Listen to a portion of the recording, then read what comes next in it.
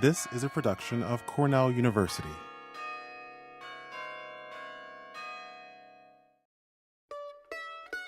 Welcome to the podcast of Mann Library's Chats in the Stacks book talk series. In today's talk, originally presented at Mann on October 13th, 2011, Walter de Jong of Cornell's Department of Plant Breeding and Genetics provides an overview of topics covered in his newest publication, The Complete Book of Potatoes. Beginning with the potato's importance to human civilization, Dr. de Jong's talk touches on this crop's versatility in food and non-food uses, its disease-resistant varieties, conventional and organic production techniques, pest management, storage practices, and the sometimes surprising culinary qualities associated with different varieties. Thanks very much. If you have questions in the middle of the talk too, that's perfectly fine. I have a PowerPoint talk, and my wife at the back cannot hear me. I'll speak louder. So I've prepared a talk in case no one asks questions, but I fully expect that some of you will want to interrupt and wave your arm wildly or something, and hopefully I'll notice. So today I'm talking about a book that I was part of writing along with my father and Joe Sheska. There's a picture of us here in the next slide. Me on the right, my dad in the middle, and Joe Sheska on the left. My father was a potato breeder with Agriculture Canada throughout his career. Joe Sheska is retired from Cornell. He worked on most of his career on Long Island. Both of them spent their entire careers working with potatoes. Assuming I have a normal lifespan, I'm closer to the beginning than the end of my career in comparison. So my two co-authors in particular provide an awful lot of practical experience in the book, much more so than I did. I guess that's enough said for that. So the book covers a wide range of topics. Clearly there's the subtitle, which I'll get back to in a minute, about what every gardener and grower needs to know in terms of growing potatoes, but it also covers a lot about the history of potato, where it was domesticated and how it moved around the world, common diseases of potato, and some other interesting tidbits. I'm just jumping around through various parts of the book today, not in any specific order, trying to get the stuff that's relevant from the gardening standpoint out of the way earlier in case I run out of time. So potatoes are currently the world's third most important food crop, but what's kind of amazing is that 500 years ago, they were only located in South America, and they weren't grown anywhere else. It wasn't until Europeans came to South America and brought them back to Europe, at which point they didn't do much for 200 years, but in the last 300 years or so, the spread of potatoes has been phenomenal, to the extent that they're now the third most important food crop in the world. There are a variety of reasons why potatoes have become so popular. One is that they're nutritious, for example, having a lot of vitamin C. In the North American diet, with per capita potato consumption, about a third of our recommended daily allowance of vitamin C comes from the potatoes alone. A lot of potassium, and while not so much protein, the protein's actually of very high quality. In addition to that, potatoes produce an awful lot of calories per unit of land. So especially if you're poor, and you have a limited amount of land and you need to survive, potatoes are a really good choice of a crop to grow. And in addition, potatoes have an awful lot of genetic diversity, which allows breeders to adapt them to a wide range of environments. So it's that combination of things which has led potatoes to become so popular and widely grown throughout the world. Potatoes were first domesticated, it's thought, about 8,000 years ago around Lake Titicaca, which is on the border between Bolivia and Peru. Lake Titicaca is the highest navigable lake in the world. And in order for potatoes to become domesticated and spread around the world, there were really two key things that had to happen. The first was that we had to find ways to deal with glycoalkaloids, which are bitter and toxic compounds that accumulate in wild potatoes. And the second, which I get to, is about becoming adapted to long days. You probably have experienced what glycoalkaloids taste like when you've eaten a part of a potato that's green. The green is just chlorophyll, that's not a problem. But when potatoes are exposed to light, they also produce these glycoalkaloids, which are bitter. And if you eat enough of them, you'll get quite ill. And if you eat too much, you'll die. So there are different ways to cope with glycoalkaloids. In some parts of South America, this is not widespread. It turns out they've discovered if you eat a particular kind of clay at the same time as you eat potatoes, you're good to go. Another one is this ancient process of freeze-drying the potatoes that is still currently practiced in some parts of the Andes, where the potatoes that have glycoalkaloids are left out to freeze at night, then are trampled to break them open and left in a stream for the glycoalkaloids to leach out, and the starch is left behind. And the very lightweight product after you put them out again to dry is called chuño. And you can store it for a year or more. So it gets around a problem that we have with potatoes for long-term storage. If you freeze dry them, you can store them for a long time. And the way that, of course, that has really allowed potatoes to become widely adapted is for someone to have early on identified plants that were relatively low in glycoalkaloids and then selectively propagated those. And that, of course, is what we currently eat as potatoes, or potatoes that are low in glycoalkaloids because someone identified them, those that had low levels, and multiplied them. Another big and important development for potatoes to spread around the world was for them to become adapted to long days. So potatoes normally, wild potatoes normally will tuberize only when the days become relatively short. And so if you took a wild potato from the Andes and brought it here, you'd get no or very few potatoes. Most of the time, the potatoes would freeze before the days became short enough for them to produce enough of a crop. So this is a process that took conceivably quite a long time. And it's something that breeders have been dealing with over the past few centuries as well, adapting potatoes more and more to be adapted to long days. So the end result is that while potatoes started off in a little area in South America a few thousand years ago and spread a little bit within South America, today, if you look at where potatoes are produced, it's all over the globe.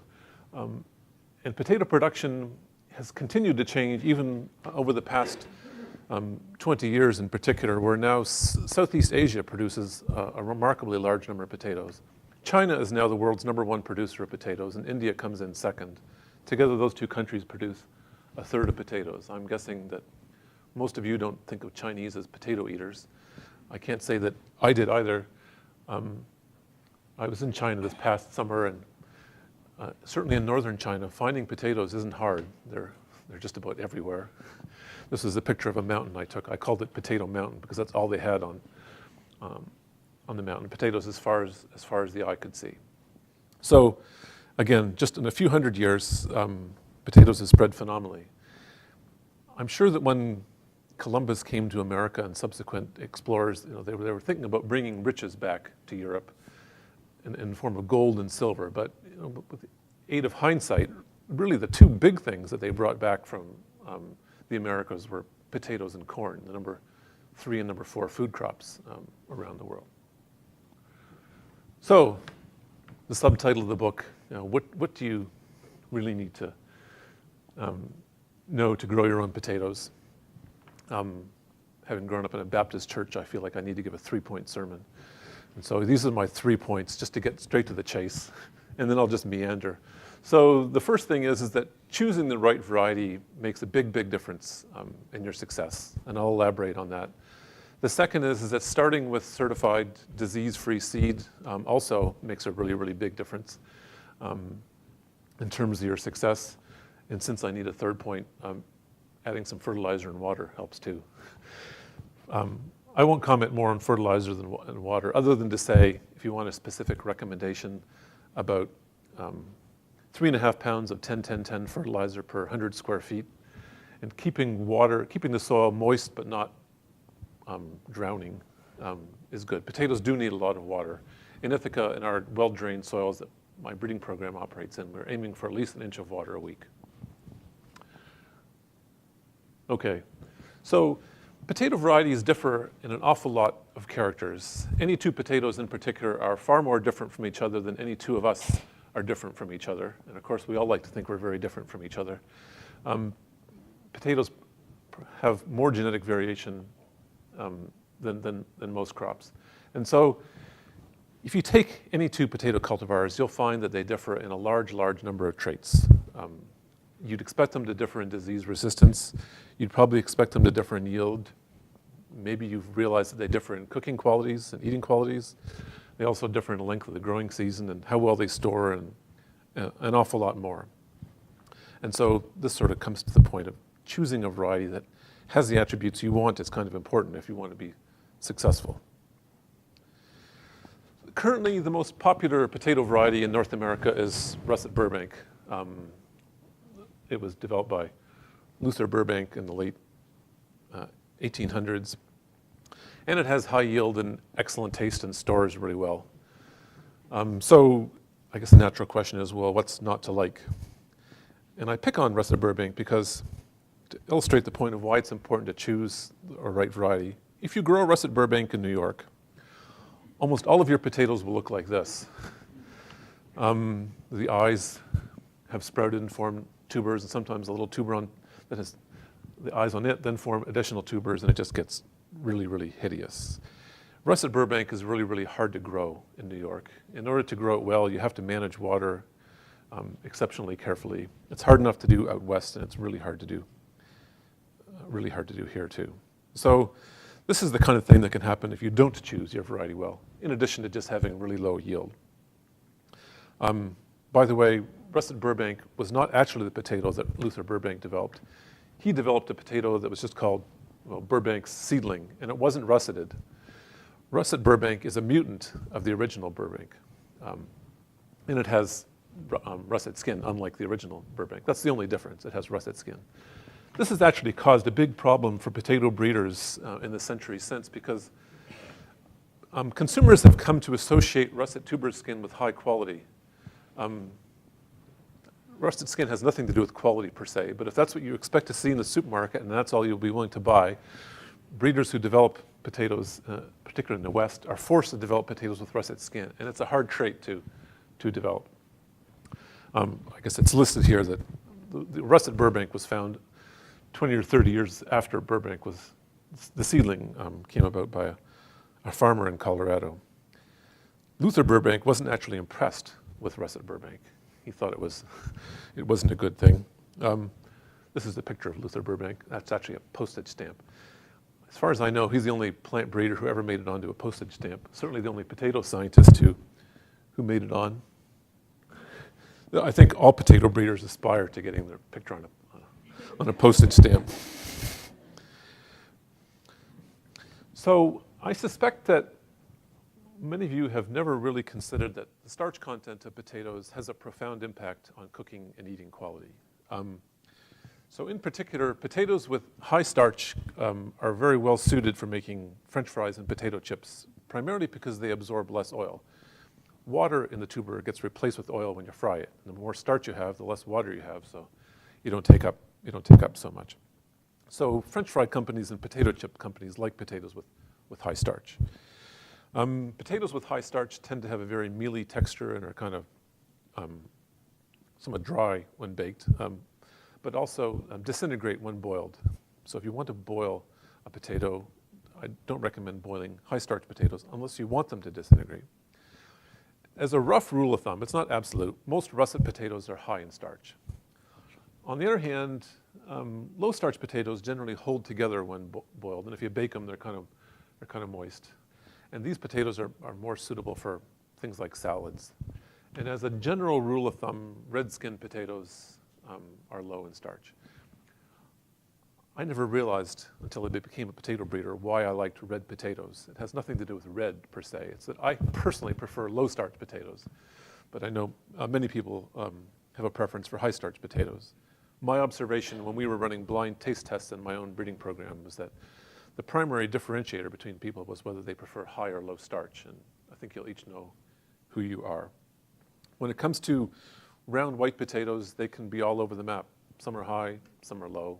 It just depends. So I've already illustrated why I think you probably don't want to grow a russet Burbank in your garden, so maybe it helps if I give you something that I would suggest you grow. The favorite potato of my favorite potato and that of all my staff, and it wasn't because I dictated it should be the favorite potato, my staff actually convinced me that it's the potato I should eat, is Andover. And on the side wall over here are 10-pound bags of Andover that you're free to take with you and eat yourself. So you can see this. It turns out Andover was developed by my predecessor, Bob Plaisted, and was originally intended for making potato chips. In my first few years at Cornell, I didn't want to eat it. Like, why would I want to eat a potato for potato chips? Until we began running these blind taste tests, and it kept coming out on top. And eventually the data persuaded me, and I've been eating Andover ever since. I don't want to pretend that Andover is the easiest potato to grow. It isn't. The vines are kind of weak, and if there's a drought, it doesn't hold up very well. But in terms of eating quality, it's really good. And anyway, you can see for yourself if you take a bag. So additional attributes of Andover is that it matures early. I mentioned that potato varieties differ in the maturity and when you can dig them. Andover, you can dig them as early as the end of July, middle of August, that's fine. The vines mature early. Store is okay. And in terms of eating them at home, in general, as a breeder, I don't try to develop all-purpose potatoes because potato markets for French fries and chips and fresh are quite different. But I consider Andover about as all-purpose as they come. And so in our experimental plots, when we have an extra row on the outside of a plot, we plant Andover. We harvest a lot of Andover, and it's what I and my crew eat. So if I had to make a single recommendation, it would be to grow that. Sure. Not very good. The question is how resistant is Andover to late blight? And I guess maybe I should expand on that. Nothing has good blight resistance. Not in general very good. Late maturing varieties tend to have better blight resistance than early maturing varieties. But nothing is especially good. Nothing's completely immune. In the book, we actually provide descriptions of about 55 potato varieties. The book is intended primarily for an audience all across North America, and we had to cover potato varieties grown everywhere. What I'm doing in my next few slides is just picking on some varieties that I think, if you want to grow potatoes around here, are reasonable choices. Of course, you can grow more than I'm describing here, but from my experience in this area, these will do fine, and it's a bunch of different types that I'm suggesting. If you'd like to grow a red, Chieftain is an old variety. It's been around for quite a long time. It has good eating quality, is widely adapted, meaning it will grow well just about anywhere.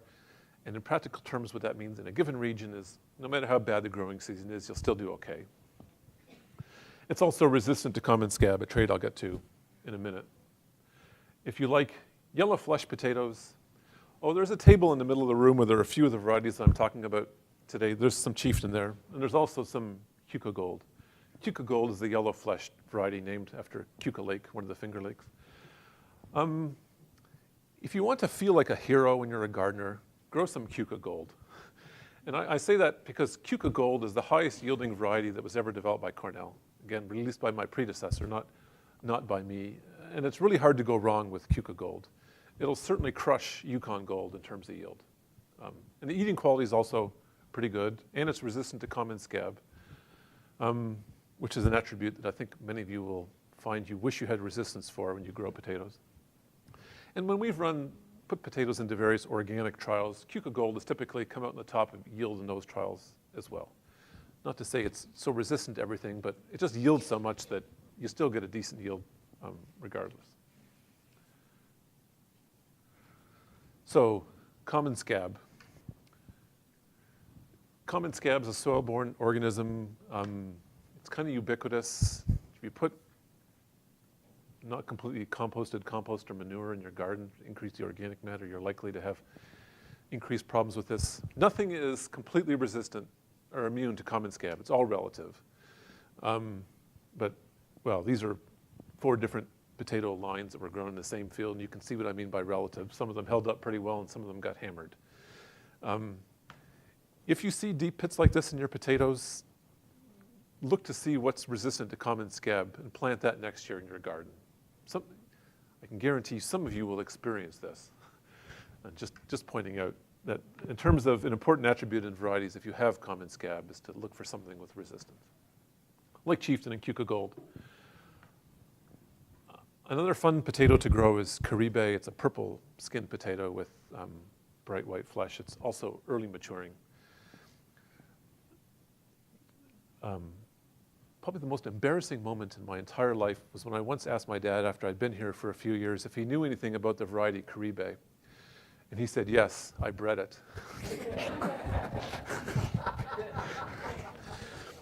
There are certain things you can only walk into when your father and you are in the same profession. So, yeah, I suggest Caribe if you're interested in the purple skin potato. Another potato that some of you have likely heard of was released during my time here, but the breeding was largely done by Ken Paddock, a former employee in the potato program. Adirondack Blue, which has completely purple flesh. All Blue, which might be a purple flesh variety you know of, does not have completely purple flesh. All Blue is not all blue. All Blue is blue and white. Adirondack Blue is all blue in terms of being completely purple. If you cook Adirondack Blue, I'd suggest not boiling it because the purple pigments are water soluble and will leach out. Bake it or microwave it or fry it, and you'll retain more of the purple color. We also have released a variety called Adirondack Red, which is red inside. I don't have a picture of that. Picture that here.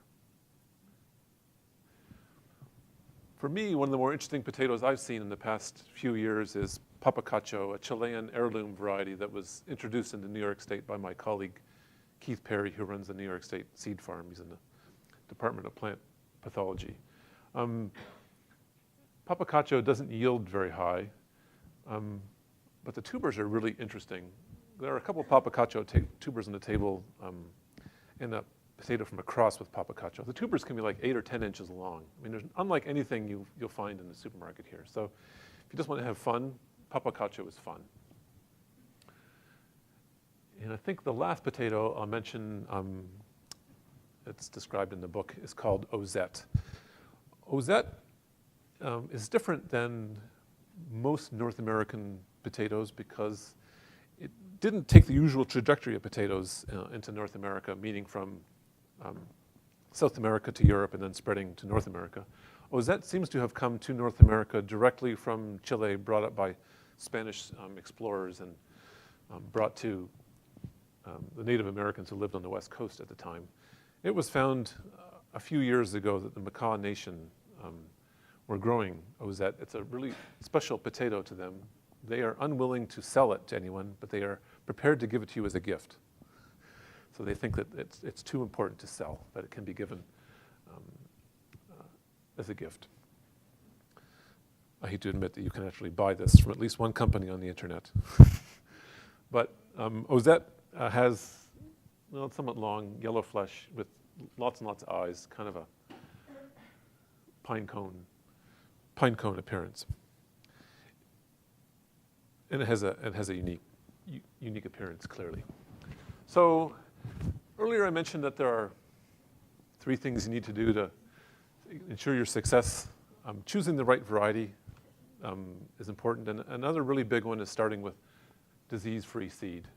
So if you happen to repeatedly plant your potatoes year after year after year after year, you'll almost inevitably see that the yield will dramatically decline over time, maybe just one season.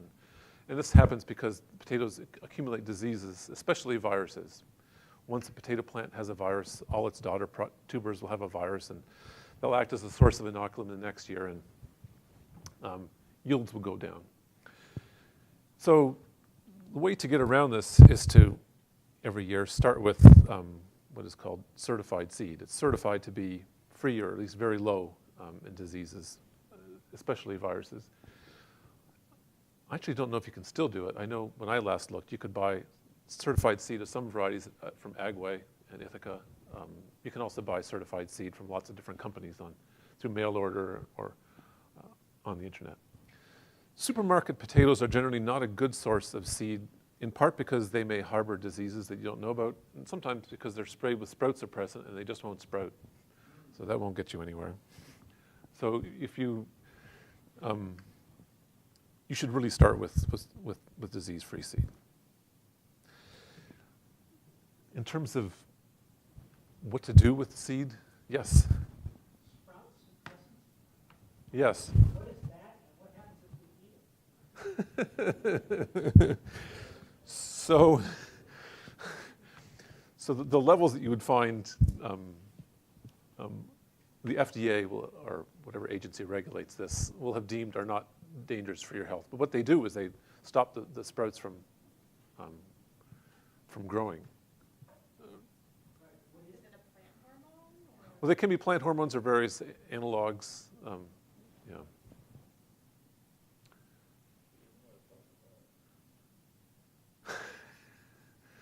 It's, well, the industry is trying to move away from sprout suppressants and is looking for potatoes that have longer dormancy, but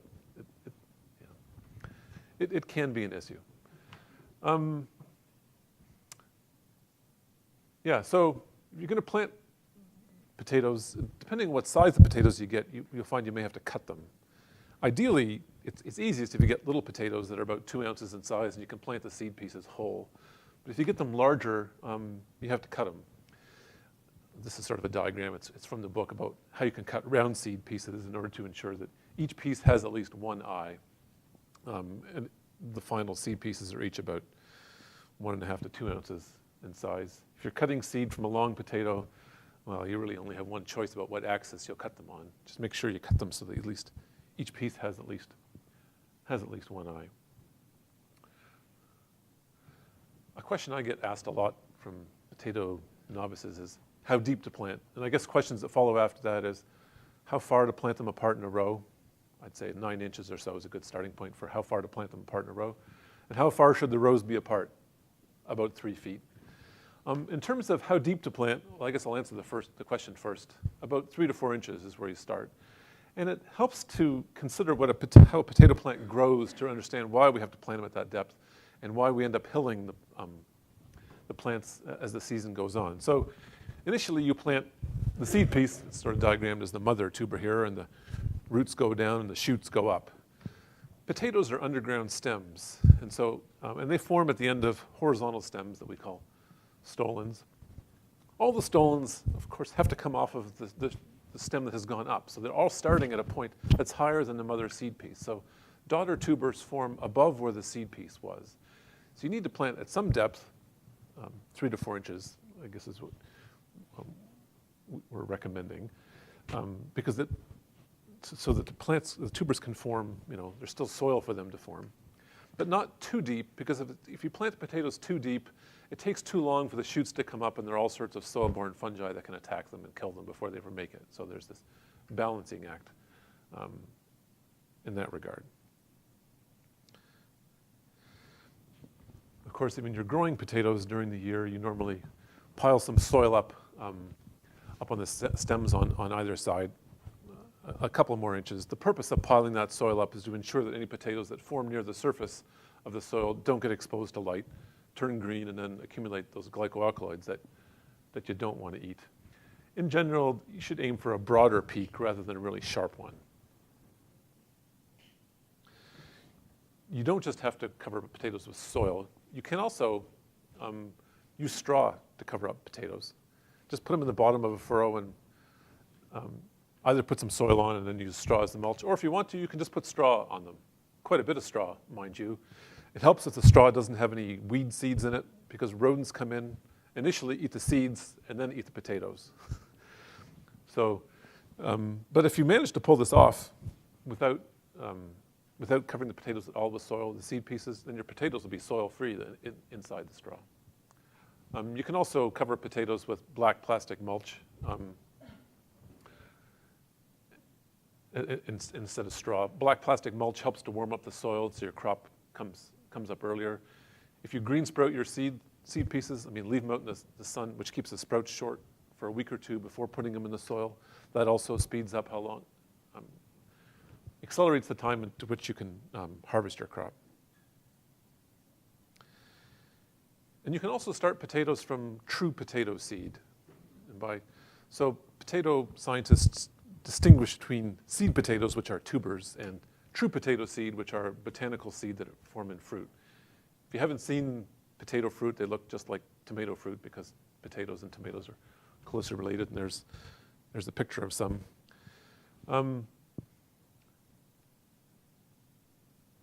You can either, well, typically if you collect seed on a plant that you haven't deliberately fertilized or pollinated like plant breeders do, it'll be a self. The plant will have selfed. And potato exhibits inbreeding depression, and the yield of the potatoes that you get from the seed will be less than the plant you started with. Each of these seeds, in distinction from the question you asked before if you're planting tubers, each of these seeds is a genetically distinct individual. This can make it fun. You can make crosses so that you end up with white potatoes, red potatoes, and purple potatoes, all showing up from your seed. But there's a big drawback in starting with true potato seed. Actually, there are two big drawbacks. One is that there is no uniformity in the crop. Of course, that could be what you're aiming for, but if each plant matures at a different time, it's a bit of a pain to decide when you're going to harvest, for example. So, this is just a photograph of true potato seed after it's been dried. And you can also buy from some companies pelleted potato seed, so it's easier to work with, and you can plant an individual one. The other big disadvantage to growing potatoes from true potato seed is that it takes a lot longer to get a crop. So you have to start them indoors, just like tomatoes. You can't wait until you normally plant potatoes and plant one and hope you're going to get a decent crop. So you treat them like you would tomatoes, start early, growing them indoors and transplanting outside, if you'd like to try that. The big advantage, and this is of planting true potato seed compared to tubers, is that most viruses are not transmitted through true potato seed. So in some developing nations where viruses are a problem and labor is really cheap, they'll plant TPS, but most of the world plants tubers. And there's just a picture of some little potato seedlings. So for the most part, potato breeders, and there are only about 12 of us in North America, we're about the only people who work with potato seed and potato seedlings every year. My program plants, well, not this past year, but generally 20 to 30,000 of these every year. A question that often comes up when you work with potatoes is, oh, wouldn't it be cool to graft a tomato on top of potato, and you can get tomatoes on top and potatoes underground? So this is nothing new. Luther Burbank was doing it 100 years ago. For the purposes of the book, my dad did it just to illustrate what happens. Oh, this is a tomato plant grafted onto the potato variety, Kennebec. This picture's in the book too, and so is the next one. Are there potatoes developing in the pot? Well, you'll see that in the next picture. So the tomatoes did okay, but the potatoes, that's pretty much a bust. So, the bottom line is the potato only, the plant only produces so much photosynthate, and the tomatoes seem to be winning the battle. Tomatoes also aren't sending that much tuberization signal down to the tubers. So in terms of scale, this is the bottom of the stem. That's not very big. So the yield was, by the time the tomato shoots were dying, the yield was not good. So there are companies that sell kits, nice idea, but it just doesn't work so well in practice. I admired my dad for doing it. So I've already mentioned one disease in potato that's a real nuisance, and that's common scab. Common scab, by the way, there's no chemical treatment for common scab. Well, actually there is, but none that you could use. The only one I know of is you can fumigate your field with tear gas. And some farmers do it, but it's expensive, a few $100 an acre. It's nothing we can do. So if you have common scab, you're stuck with disease resistance or bust. Two other serious threats in potato are late blight and Colorado potato beetle. In North America, I guess these would be the big two that can completely hammer your crop. So if you're going to grow potatoes, I thought you should at least know what these look like. If you find a potato plant with brown lesions surrounded by a light green halo, that's probably going to be late blight. If you look on the underside of a leaf when it's moist and the area that corresponds to the light green halo is sporulating, you see this white powdery stuff, yeah, that's late blight that you have. Late blight spores can travel great distances, and if it's cool and prolonged wet. That's perfect conditions for late blight. There is now a nationwide network that monitors where late blight is, that you can, USA Blight, I think it's called if you Google it. You can sign up and they'll send you emails about where late blight is located each week. This isn't in the book because this network only formed in the past few months as far as I know. And you can find that, late blight has been found in Pennsylvania or Western New York, my time is nigh. If you do find late blight, probably the best thing you can do is just kill your vines, chop them with a weed whacker or something, and let them die. Leave the potatoes in the ground for at least 2 weeks. And the reason you do that is so that any potatoes, tubers that have become infected will just rot. They're just gone. And what's left you can eat. If you find it too early, if it happens too early, you just lose. Late blight, is devastating. It can completely wipe out your crop in a week. There's no doubt about it. In terms of resistance, there is some. Later maturing varieties tend to be better, but there's nothing that's highly resistant to late blight. Colorado potato beetles are voracious and promiscuous pests. If any of you grow potatoes, you've probably seen potato beetles, and you'll often find them in this pose. It's not hard to find them like this. They will completely devour your plants. If you don't control them, within a few weeks, all you'll have left is stems. I've seen fields like this in Russia, just completely defoliated. Those were peasant fields. That was kind of sad. I've also seen them in experimental plots, which, that's fine, but not when you're trying to eat them. Particularly for home gardeners, this isn't actually too hard to control. You just look for them and pick them off and crush them or put them in soapy water. But you also have to make sure you get rid of the eggs. You'll find them in the underside of leaves. They look like this. And also get rid of the larvae, which look like this. You'll typically see an awful lot of these, hundreds on your plants, and your leaves will be disappearing quickly if you haven't gotten them early enough. One cute way to control, or at least to reduce the problems with Colorado potato beetle, potato beetles overwinter in the soil during the winter, and they can't fly when they come up in the spring. All they can do is walk. So if your garden location has changed, you can dig a trench and put black plastic in the trench. I guess it doesn't have to be black. And potato beetles will walk toward the potatoes and they'll fall in the trench and land in the plastic. And then they can't crawl out again. It's just great. And they just die in the bottom of the trench. You can also use early in the season, I'll say a flamethrower, a propane torch. If you singe the plants, not enough to kill the leaves, but enough you can burn the legs off the beetles and they fall off. This is actually used commercially. They'll pull a big, flamethrower that can, a torch over many rows simultaneously as a way to reduce the levels. Yeah. Oh, the number of ways to kill potato beetles is my predecessor, not my predecessor, Ward Tingey was an entomologist at Cornell who just retired last year or the year before, I forget when. His talks at potato meetings were always well received by the growers because he would describe the new modes of action of insecticides for potato beetles. He talked about one which paralyzes the muscles in potato beetles, and basically they'll bite and then they can't let go, which for some reason potato growers really warmed to that idea. One last story, and then I'll stop. Maybe my favorite story in the book deals with one way that I'll just jump into the middle. It turns out during the war, there were some wars between France and Prussia in the late 1700s. And it was observed that by the powers that be, the potatoes were a really useful crop to have, because if an army came through and burned all the grains, you lost all your food. But if they tried to burn the potatoes, you still had the tubers underground.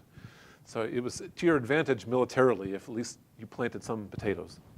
So there was a fellow, Antoine Augustin Parmentier, who ended up being a high official in the court of Louis XVI and Marie Antoinette. And he wanted to encourage the people on the outskirts of Paris to grow potatoes. And he thought he couldn't convince them just by telling them to grow potatoes, so he adopted a different approach, which was to plant a large field of potatoes and then have it heavily armed presence, heavily armed guard, monitoring the field day and night throughout the growing season. And at the end of the growing season, he asked the guard to leave. So the people who in the surrounding areas thought, ooh, something in there is really valuable. Let's go steal it. And they did. So, you know, that was just one of the small ways in which potatoes adoption was increased in Europe and led it to be so widely grown today. So that's all I have to say.